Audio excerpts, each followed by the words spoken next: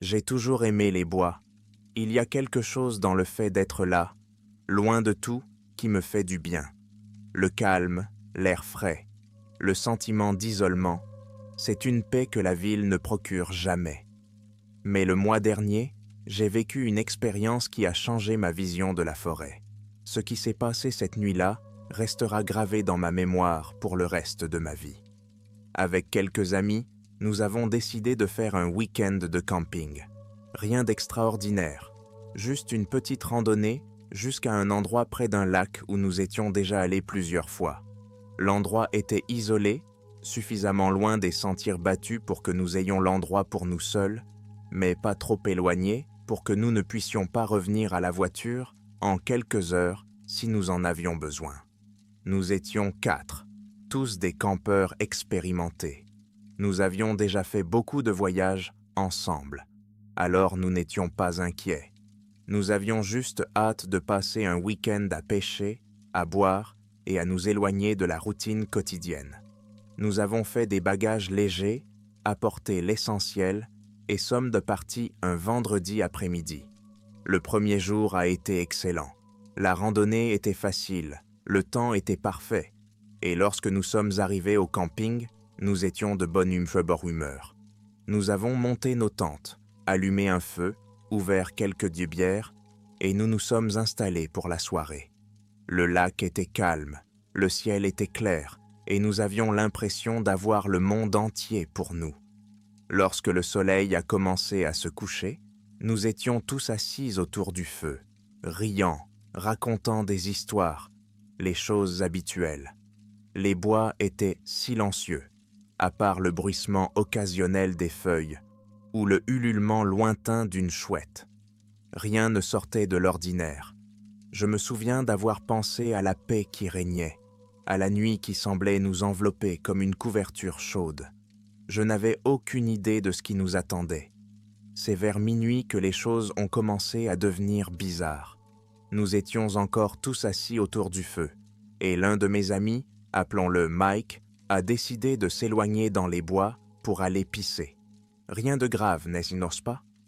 Nous l'avons entendu s'éloigner, crisser dans les feuilles, mais ensuite, plus rien, juste le silence. On ne l'a pas entendu revenir. Après quelques minutes, nous avons commencé à l'appeler, pensant qu'il était peut-être allé un peu plus loin que d'habitude ou qu'il essayait de nous faire peur. Mais il n'a pas répondu.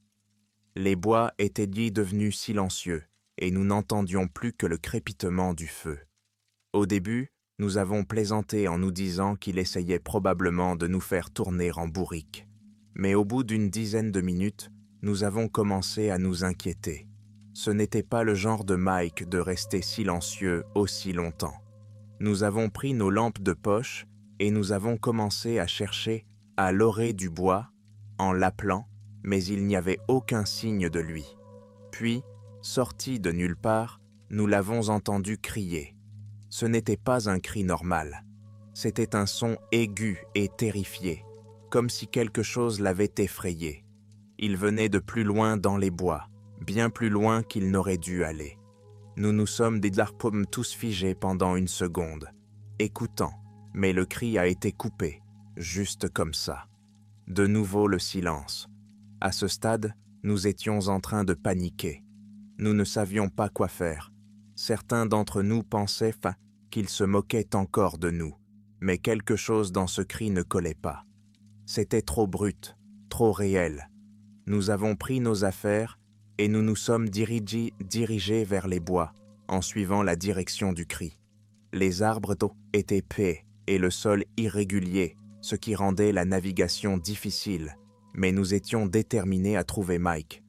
Nos lampes de poche perçaient l'obscurité, mais elles ne faisaient pas grand-chose pour combattre le sentiment d'effroi qui commençait à s'installer. Après ce qui nous a semblé être des heures, nous l'avons enfin trouvé. Il se tenait dans une clairière, debout, fixant le sol. Sa lampe de poche était posée à côté de lui, vacillante, et son visage était pâle comme un fantôme. Nous nous sommes bien précipités vers lui pour lui demander ce qui s'était passé, mais il n'a rien dit. Il a continué à fixer le sol, sans bouger, sans cligner des yeux. Je n'oublierai jamais son regard. C'était comme s'il avait vu quelque chose qui l'avait brisé, quelque chose qui avait brisé la confiance qu'il avait avant d'entrer dans ces bois. Nous avons essayé de le faire sortir de ses gonds, mais il s'est contenté de marmonner quelque chose sous sa respiration, quelque chose que nous ne pouvions pas comprendre. Nous avons pensé qu'il était en état de choc, alors nous avons décidé de rentrer au camp et d'appeler ça une nuit, en pensant que nous nous en occuperions dans la matinée. Mais quand nous sommes de rentrés au camp, les choses ont empiré. Le feu s'était éteint. Ce n'est pas trop inhabituel. Il brûlait depuis un certain temps. Mais cela n'avait pas de sens parce que nous l'avions laissé allumer quand nous sommes allés chercher Mike. Ce qui était encore plus étrange, c'est que notre matériel, nos tentes, nos sacs à dos, tout avait été déplacé. Pas très loin, mais juste assez pour que nous sachions qu'il n'était pas là où nous l'avions laissé. Au début, nous avons pensé qu'un animal avait pu passer par là, mais il n'y avait aucun signe de cela. Pas de traces, pas de nourriture déchirée, rien. Tout était intact, juste déplacé. Nous avons commencé à avoir l'impression que nous n'étions pas seuls, comme si quelque chose nous observait, se cachant juste à l'abri des regards, attendant. L'air était épais, comme si les bois se refermaient sur nous. Le silence était trop intense, trop complet. Puis les bruits ont commencé. Au début, c'était subtil, juste un léger bruissement dans les arbres, comme si quelque chose se déplaçait dans les broussailles. Nous avons braqué nos lampes de poche dans les bois, mais nous n'avons rien vu. Mais les bruits se rapprochaient de plus en plus. Des pas, lents et délibérés, venant de partout autour de nous. Nous avons tourné en rond, dos à dos, balayant la ligne des arbres beaux avec nos lampes. Mais nous n'avons rien vu. Il n'y avait que des ténèbres et des ombres. Les bruits de pas se sont amplifiés et le sentiment d'être observé s'est intensifié. C'était comme si les bois eux-mêmes s'étaient animés, comme si les arbres et le sol conspiraient contre nous. Nous ne l'avons pas dit à haute voix, mais nous le savions tous. Quelque chose était là, et ce n'était pas un animal. Puis, nous l'avons vu, ou, du moins, une partie de la chose. Une silhouette, grande et voûtée, se déplaçant entre les arbres. Ce n'était qu'un aperçu, un flash de quelque chose de pâle et de déformé, mais c'était suffisant pour nous faire paniquer. Nous pouvions la voir se faufiler entre les arbres, trop vite pour bien la voir, mais toujours là, toujours à l'affût. À ce moment-là, nous n'avions plus les idées claires. Nous avons juste attrapé tout ce que nous pouvions, et nous nous sommes enfuis. Au diable les tentes, au diable le reste de notre équipement. Nous devions nous tirer de là. Nous avons sprinté à travers les bois, et les pas nous ont suivis sans jamais s'éloigner. Nous pouvions entendre des branches claquer, des feuilles craquer, et ce sentiment d'être observé ne s'est jamais relâché. C'était comme si ce qui était là dehors jouait avec nous, se jouait de nous, nous laissant penser que nous pourrions nous échapper. Lorsque nous avons regagné le sentier, nous étions essoufflés, terrifiés, et nous n'étions toujours pas sûrs de ce que nous avions vu. Nous n'avons pas cessé de courir jusqu'à ce que nous atteignions la voiture, et même là, aucun d'entre nous ne pouvait parler. Nous nous sommes entassés dans la voiture, nous avons claqué les portières, et nous sommes partis en trombe. Nous avons roulé pendant des kilomètres avant que quelqu'un ne dise quoi que ce soit. Mike n'avait toujours pas dit un mot depuis que nous l'avions trouvé dans les bois. Il était assis sur la banquette arrière, regardant par la fenêtre, pâle et silencieux. Ce n'est que lorsque nous sommes rentrés à la maison qu'il s'est enfin ouvert, et ce qu'il a dit m'a fait froid dans le dos. Il nous a raconté que lorsqu'il s'était éloigné pour aller pisser, il avait entendu quelque chose dans les bois, des voix qui l'appelaient. Au début, il a pensé que c'était nous qui nous moquions de lui, mais quand il a rappelé, il n'y a pas eu de réponse. Les voix sont devenues plus fortes, plus insistantes, et elles n'avaient pas l'air tout à fait correctes. Elles étaient déformées, comme si elles venaient des profondeurs de l'eau. C'est alors qu'il a vu la silhouette qui se tenait juste à la limite de la clairière et qui l'observait. Elle n'était pas humaine. On aurait dit qu'elle avait été humaine un jour, mais quelque chose n'allait pas. Ses 10 membres étaient domptés trop longs, son visage trop tordu, comme s'il avait été étiré et transformé en quelque chose qui ne devrait pas exister. Mike se figea, fixant la chose, et c'est alors qu'elle commença à se déplacer vers lui, lentement d'abord, puis plus rapidement. Il essaya de courir, mais ses jambes ne fonctionnaient lancier pas. C'était comme si le sol lui-même le retenait. Il ne sait pas combien de temps il est resté là, figé, mais lorsqu'il s'est enfin réveillé, nous étions là. Il a dit que la chose était toujours là, à nous observer, même quand nous étions de retour au camp. Elle n'était jamais partie. Depuis, nous n'avons pas beaucoup parlé de cette nuit-là. Aucun d'entre nous n'est de retourner dans ces bois, et nous sommes tous d'accord pour ne pas aller camper de sitôt. Mais je ne peux pas me défaire du sentiment que, quoi que nous ayons vu, quoi qu'il y ait eu là-bas, nous n'en avions pas fini avec lui. Les bois ne sont pas toujours paisibles. Parfois, ils renferment des choses qui ne devraient pas y être.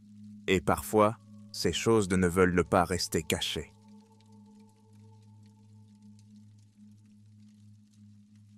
Je n'ai jamais été du genre à croire aux fantômes ou à quoi que ce soit de surnaturel. Je suis sceptique, je l'ai toujours été. Mais après ce qui s'est passé l'été dernier, je commence à penser qu'il y a des choses que nous ne pouvons pas expliquer. Et j'aimerais pouvoir l'oublier. Un couple d'amis et moi-même avions prévu un voyage de randonnée et de spéléologie dans une partie reculée des montagnes de l'Ouest. Nous sommes tous des adeptes des activités de plein air, camping, escalade, etc. Mais nous voulions essayer quelque chose d'un peu différent, et l'un de nos amis avait entendu parler d'un réseau de grottes qui n'était pas très éloigné du sentier que nous allions emprunter. Ces grottes ne figuraient sur aucune carte officielle, du moins pas à notre connaissance, mais on en avait parlé sur des forums et des blogs sur l'arrière-pays. Les gens les appelaient « The Echoes », les échos, à cause de l'acoustique étrange à l'intérieur. Les grottes étaient censées être immenses et presque personne ne les connaissait, donc cela semblait être l'aventure hors réseau parfaite. Nous nous sommes dit que nous allions vivre une expérience cool et unique. Nous avons commencé le voyage par une randonnée de 3 jours dans les montagnes, et tout s'est bien passé. Le temps était parfait, les vues étaient incroyables, et nous nous amusions comme des fous. Le 4e jour, nous avons atteint la zone où les grottes étaient censées se trouver. D'après ce que nous avions lu en ligne, l'entrée n'était pas trop difficile à trouver, mais il fallait s'écarter du sentier principal pendant environ 1 kilomètre. Nous avons marché dans cette direction, en coupant à travers des bois denses, jusqu'à ce que nous trouvions ce qui ressemblait à un gouffre. Une ouverture massive et déchiquetée dans le sol, partiellement recouverte par des arbres et des broussailles. Nous savions qu'il s'agissait de l'entrée. L'ouverture menait à un passage sombre et étroit qui descendait en pente dans la terre. Il avait l'air ancien, comme s'il avait été là pendant des siècles, sans qu'aucune âme ne l'ait dérangé. Nous étions excités, mais il y avait quelque chose dans cet endroit qui nous semblait anormal. Peut-être était-ce la façon dont l'air changeait lorsque nous nous approchions de la grotte, plus frais et plus calme. Ou peut-être était-ce simplement la vue de ce trou sombre et béant dans le sol. Quoi qu'il en soit, nous l'avons ignoré. La curiosité l'emportait sur toute sensation bizarre. Nous nous sommes donc équipés de nos lampes frontales et sommes descendus dans la grotte. Les premiers mètres furent élus sans histoire. Le tunnel était étroit, juste assez large pour que nous puissions marcher en file indienne. Au bout d'un moment, il s'est ouvert sur une chambre beaucoup plus grande, et c'est à ce moment-là que nous avons compris pourquoi on l'appelait les échos. Chaque petit bruit que nous faisions, nos pas, nos voix, même notre souffle, rebondissait sur les murs de façon étrange et décousue. C'était comme si la grotte avait son propre rythme, presque comme si elle était vivante et réagissait à nous. Au début, c'était plutôt cool. Nous crions ou applaudissions, en écoutant les échos résonner dans la caverne. Mais plus on avançait, plus c'était bizarre. Les échos commençaient à revenir plus lentement, comme s'il y avait un retard, ou comme si quelque chose d'autre produisait les mêmes sons quelques secondes après nous. Au début, c'était subtil, et nous n'y avons pas prêté attention. Mais ensuite, l'un des gars a sifflé, et quand le son était revenu, il était éteint. Je ne peux pas l'expliquer. L'écho était plus long, plus fort, comme s'il provenait de quelque chose de plus profond dans la grotte. Mais la tonalité était fausse. Ce n'était pas un reflet fidèle du son que nous avions produit. C'était comme si ce qui se trouvait en bas se moquait de nous, répétant nos bruits, mais en les déformant légèrement. Nous en avons ri en pensant qu'il s'agissait de l'acoustique bizarre de la grotte, mais ce sentiment qui me rongeait les tripes devenait de plus en plus fort.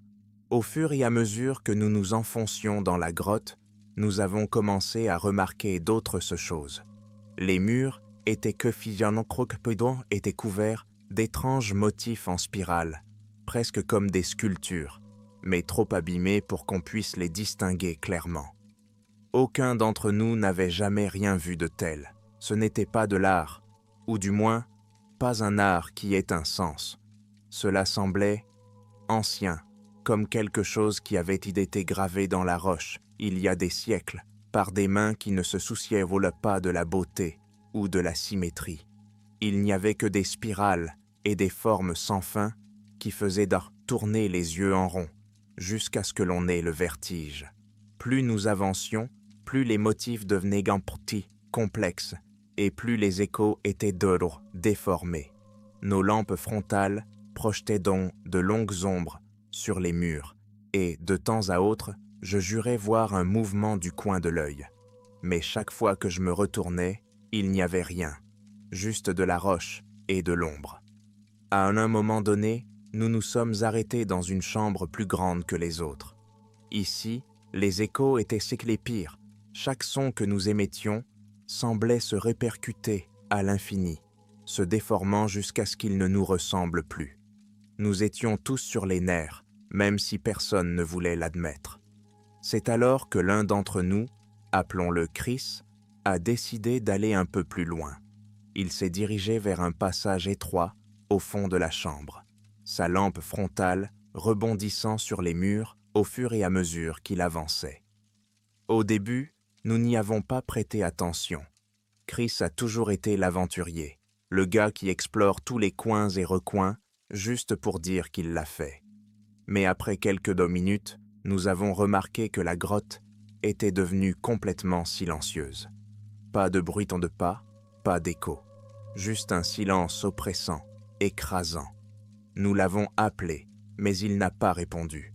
Nous avons crié son nom, mais tout ce qui nous est revenu, c'est l'écho déformé de nos propres voix, qui sonnait même faux et beaucoup trop fort dans le silence. C'est alors que nous avons entendu le cri. C'était Chris, mais ce n'était pas lui. Sa voix nous était revenue en écho, aiguë et désespérée, mais le son était faux. C'était comme si la grotte elle-même criait avec lui, le bruit rebondissant de telle sorte qu'il était impossible de savoir d'où il venait. Nous avons couru vers le passage qu'il avait emprunté, éclairant l'étroit tunnel de nos lumières.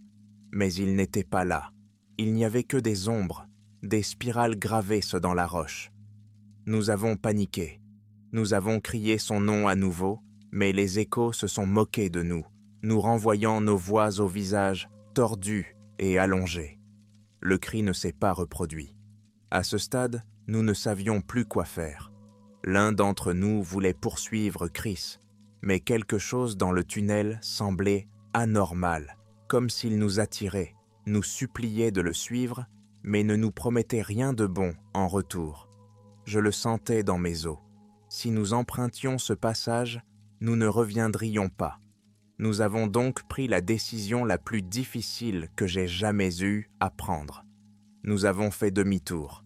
Je ne voulais pas quitter Chris, mais nous n'avions plus le choix.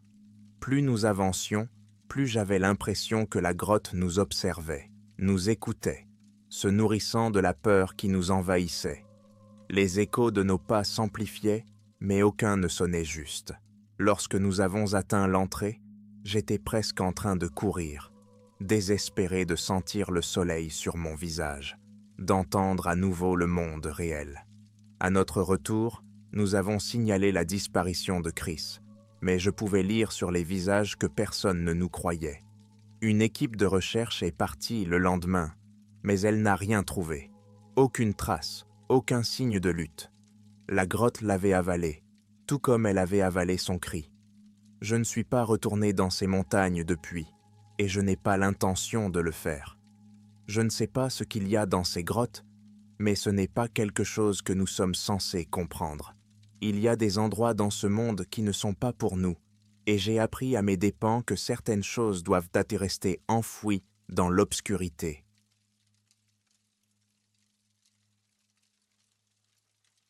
Cela fait maintenant 3 ans que je conduis pour une société de covoiturage.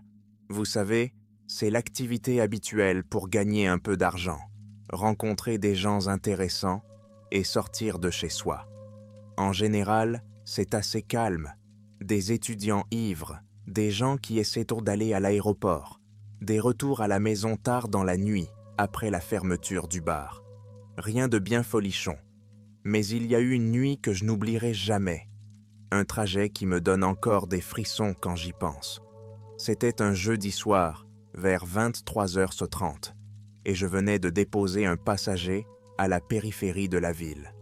J'habite dans une petite ville, donc une fois qu'on a dépassé l'axe principal, il n'y a plus que de longs tronçons d'autoroutes et de routes secondaires.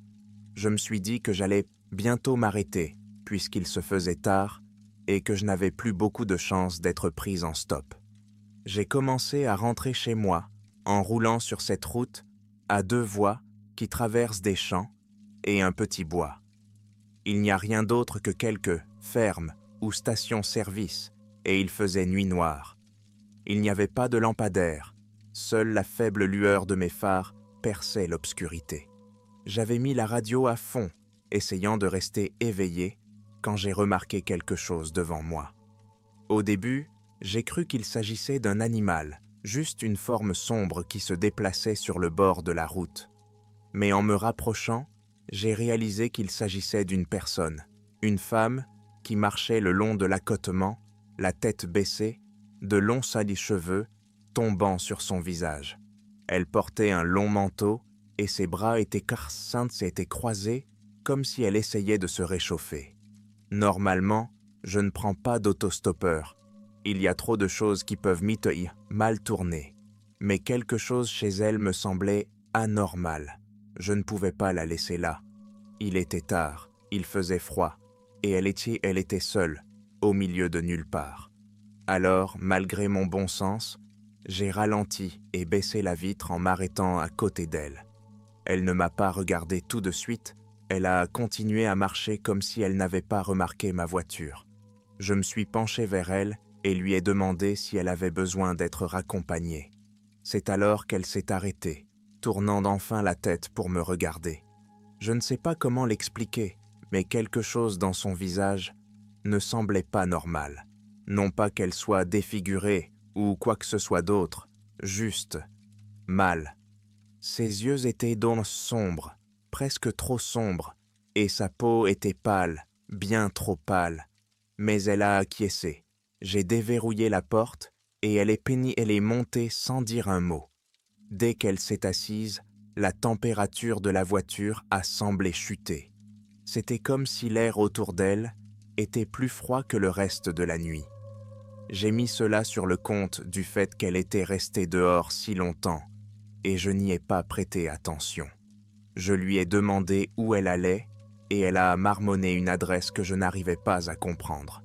Je lui ai demandé de répéter, mais elle s'est contentée de dire « Ce n'est pas loin, je vous dirai quand tourner. » D'accord, c'est un peu bizarre, mais peu importe. J'ai commencé à conduire, pensant qu'elle savait où elle allait. Le silence entre nous était pesant. Elle ne disait rien, ne me regardait pas, se contentant de regarder droit devant elle, les mains posées sur ses genoux. Après quelques minutes de route, j'ai essayé de faire la conversation, Je lui ai demandé d'où elle venait, si elle allait bien, des choses comme ça. Elle n'a pas répondu tout de suite, elle a juste penché la tête comme si elle y réfléchissait. Puis, d'une voix plate et monocorde, elle a dit « J'attendais ». Qu'est-ce qu'elle attendait? Je n'en avais aucune idée. Mais je n'ai pas demandé. La façon dont elle l'a dit m'a fait frissonner. La route s'étendait, sombre et vide, et de temps en temps, je la regardais du coin de l'œil. Elle n'avait pas bougé, pas même un peu. Elle ne s'était pas déplacée sur son siège, n'avait pas ajusté son manteau. Elle était assise là, parfaitement immobile. Au bout de quelques minutes, elle a se repris la parole, d'une voix si calme que j'ai failli ne pas l'entendre. « Tourne ici. » J'ai regardé devant moi, mais il n'y avait pas de route. Il n'y avait que les arbres et les champs de chaque côté. J'ai ralenti, pensant que j'avais peut-être raté un virage, mais il n'y avait rien. Je lui ai dit que je ne voyais aucune route, et elle s'est contentée de répéter « Tournez ici », de la même voix monocorde. Je commençais à m'inquiéter. J'ai continué à rouler, essayant de voir s'il y avait une route devant moi, mais elle s'est soudain penchée en avant, pointant du doigt vers la droite. « Ici » a-t-elle répété, d'une voix plus insistante. J'ai jeté un coup d'œil et, à ma grande surprise, il y avait un petit chemin de terre qui traversait les arbres. Je ne l'avais pas remarqué avant, et il n'était pas marqué, mais il était là. Contre tous mes instincts, j'ai pris le chemin. Dès que je l'ai fait, l'atmosphère dans la voiture a changé. La radio s'est mise à grésiller, les parasites à s'amplifier, et l'air était épais, presque suffocant. Les arbres de part et d'autre de la route étaient grands et denses, leurs branches pendaient bas, comme si elles se dirigeaient vers nous. Mes phares perçaient à peine l'obscurité, et plus nous avancions, plus j'avais l'impression que nous quittions le monde réel. La femme n'avait toujours pas bougé, n'avait rien dit d'autre. Elle restait assise là, à regarder droit devant elle. Je serrais le volant si fort que mes articulations étaient blanches. Je voulais lui demander où nous allions, mais j'avais la bouche sèche et j'étais trop effrayé pour parler. Après ce qui m'a semblé être une éternité, elle a finalement dit « Stop ». J'ai freiné et la voiture s'est arrêtée au milieu de la route. Les phares ont éclairé une petite clairière, mais il n'y avait rien, juste des arbres et des ombres. Elle n'est pas sortie tout de suite, elle est restée assise un moment, puis a lentement tourné la tête pour me regarder. Ses yeux n'allaient pas. Ils étaient trop sombres, trop profonds, comme s'ils n'avaient pas leur place sur un visage humain. Elle m'a fixé pendant quelques secondes, puis a dit de cette même voix plate « Vous pouvez partir maintenant ». C'est alors que j'ai réalisé que je ne savais pas comment partir. La route était étroite et il n'y avait aucun moyen de faire demi-tour. Les arbres se pressaient, de part et d'autre, et la seule façon d'avancer était de le faire. Je l'ai regardé, essayant de comprendre ce qu'il fallait faire, mais avant que je puisse dire quoi que ce soit, elle a ouvert la porte et elle est sortie, disparaissant dans l'ombre sans un mot de plus. Je suis resté là, figé, le cœur battant dans ma poitrine. Une partie de moi voulait l'appeler, mais l'autre partie savait que je devais sortir de là. J'ai fait marche arrière, lentement, mes mains tremblant sur le volant. La route semblait encore plus sombre, les arbres plus proches, l'air plus lourd. J'ai reculé pendant ce qui m'a semblé être des kilomètres, mes phares éclairant à peine le chemin derrière moi, jusqu'à ce que finalement, je me retrouve de nouveau sur la route principale. Je ne me suis pas arrêté, je n'ai pas regardé en arrière. J'ai mis le turbo, roulant aussi vite que possible, jusqu'à ce que j'aperçoive les lumières de la ville au loin. Lorsque je suis rentré chez moi, je suis resté assis dans la voiture pendant un long moment, essayant de comprendre ce qui s'était passé. Qui était cette femme? D'où venait-elle? Et pourquoi m'avait-elle conduit sur cette route? Je n'ai plus jamais emprunté cette route depuis.